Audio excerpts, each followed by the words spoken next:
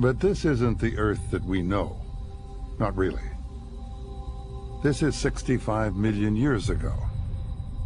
And we're in South America, long before the dawn of man. At this time, the masters of the Earth are dinosaurs.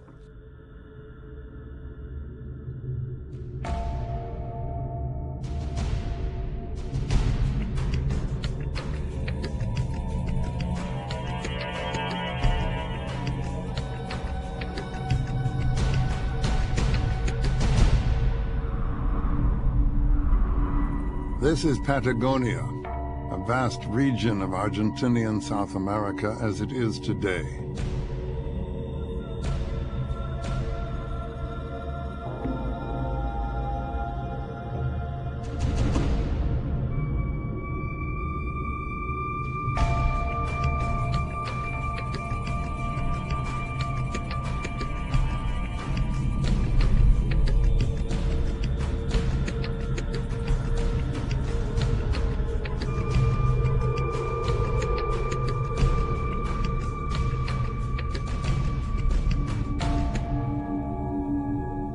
The oldest known dinosaur is from Argentina.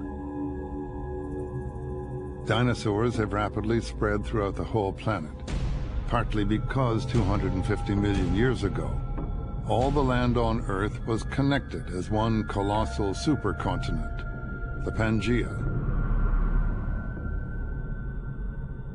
And there was only one immense ocean, Panthalassa. Extreme forms of life also appeared on land during the dinosaur era. Erosion and geological forces have revealed that South America saw the evolution of exceptional dinosaurs. In many places there, one walks today on the very ground these giants walked upon 100 million years ago. The Earth will never see a bigger creature on land. Yet it starts its life in eggs just a little bigger than grapefruits.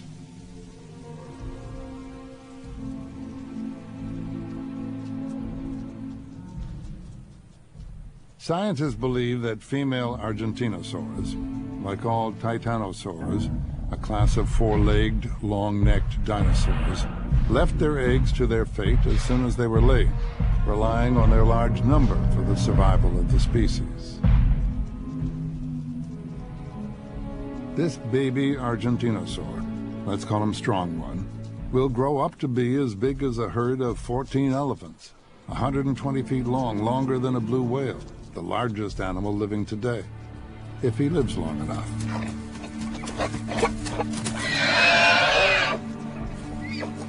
Predators and hazards abound. Only a few will reach adulthood.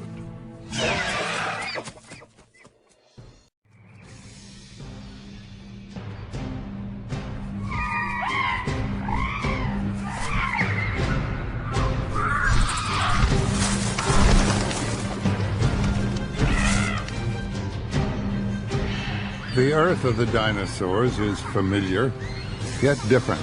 It was warmer than today. Deserts were widespread. For a great part of the dinosaur era, there were no broadleaf trees and no flower-bearing plants.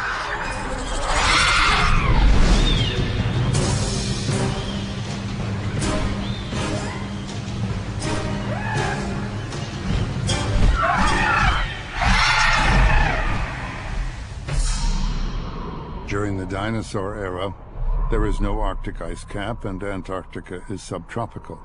For tens of millions of years, seasons barely change. The water of the oceans is also much warmer. Hurricanes are frequent. The magnetic pole changes position continuously. Many times a modern compass would have pointed east, west, or south. When dinosaurs appear, the nearby stars are in radically different positions. The moon is closer and the tides have more amplitude. The Earth spins faster and thus the year has 385 days.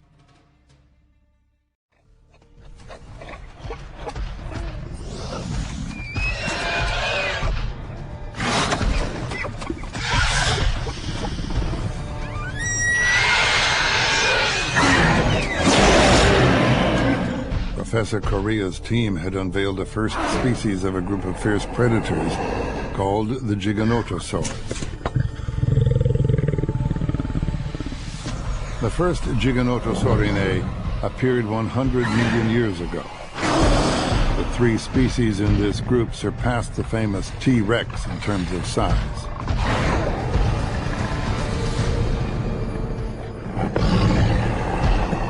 Although rare for reptiles, caring for the young has been observed, among crocodiles for instance. In dinosaurs, this caring behavior evolved enough to remind us of birds.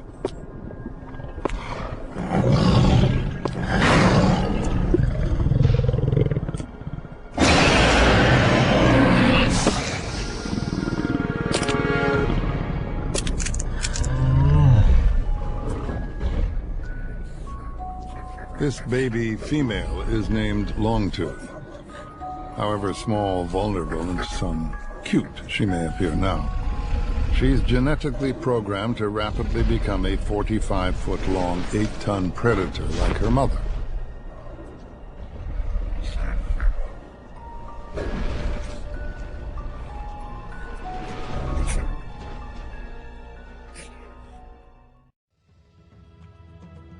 A dry climate with colder nights could have favored animals that retained their internal heat better because of their larger mass.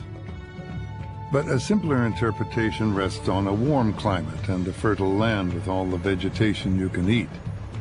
Yet another theory tells us that large herbivores had to grow big enough to accommodate the large stomach required to digest high in fiber, low in protein vegetation.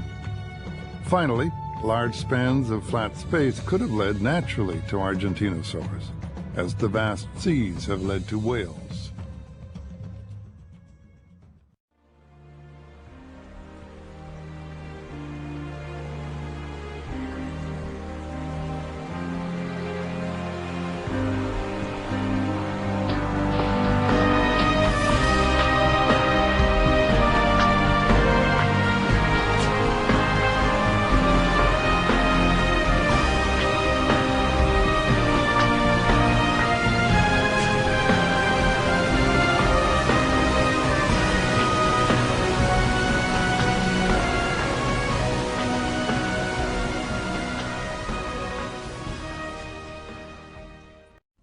It's likely their brains didn't need to be that large to adapt and survive. Maybe there's a message for us here.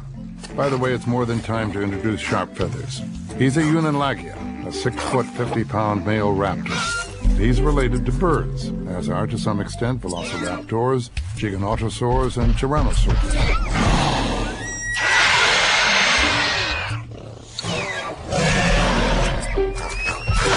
Unalagias had feathers, but didn't fly.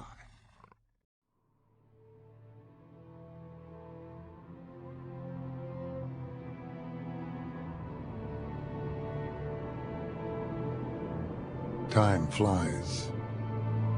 Millions of years pass. And as the continents keep on drifting, the Earth begins to resemble more what it is today. Species emerge, evolve, disappear. Nature never stops changing.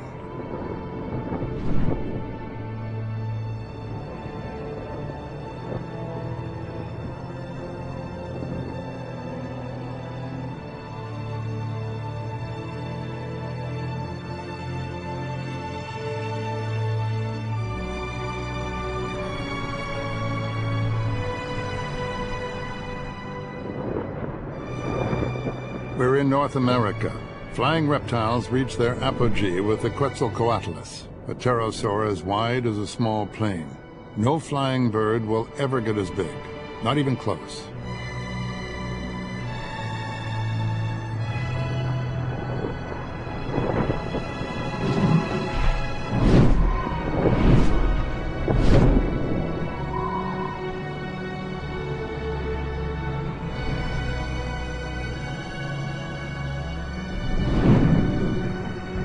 Apart from flight, this reptile has nothing in common with birds, and evolution gave it nothing to survive the impending dramatic events.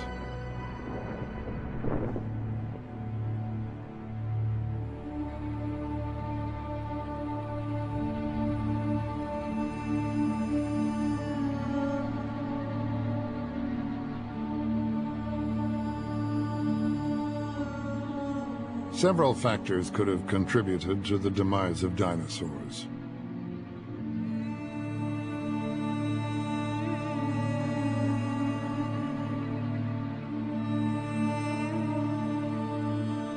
Mammals became bigger and more competitive. Drifting, isolated continents touched each other. New rivalries appeared. New diseases spread.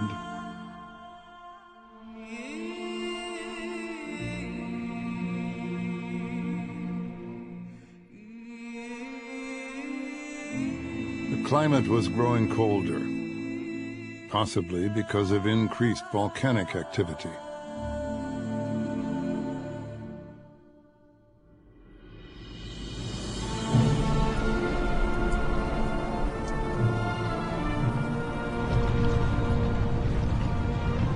Five million years before the end of the dinosaur era, the volcanoes of the world became much more active.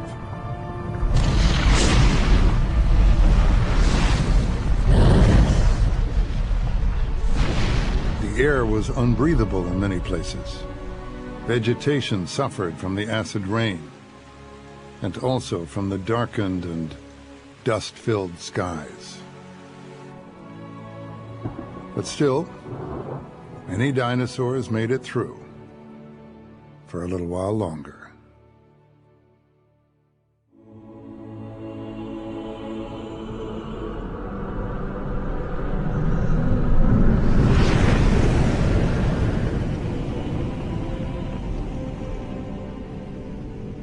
This comet is as big as Mount Everest. It covers the distance from the moon to the Earth in 2 hours.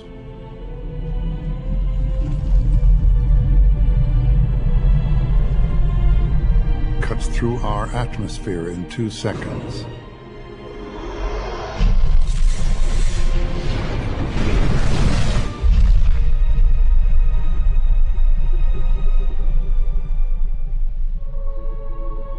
It hits the Earth near today's Yucatan Peninsula in Mexico.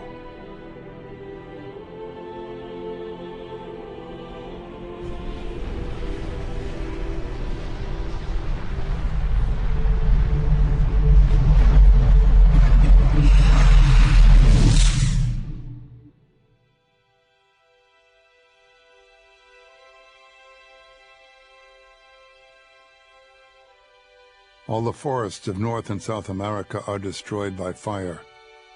Already weakened, dinosaurs are the animals that suffer most. If they don't die as a result of the impact and its immediate consequences, they will die gradually in the aftermath.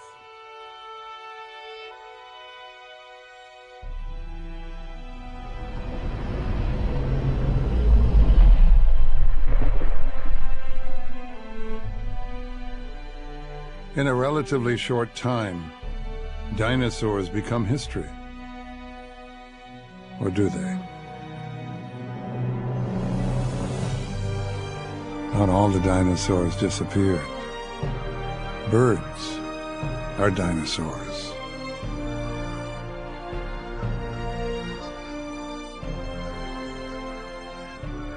It's difficult to imagine how mammals could have evolved alongside large dinosaurs.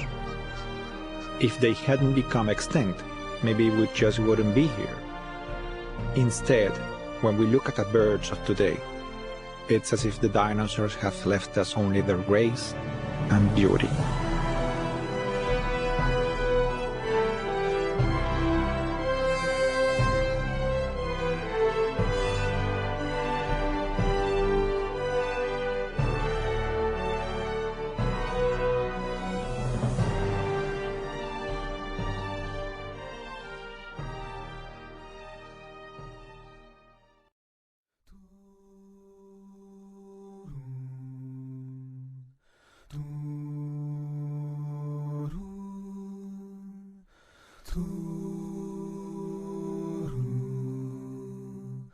to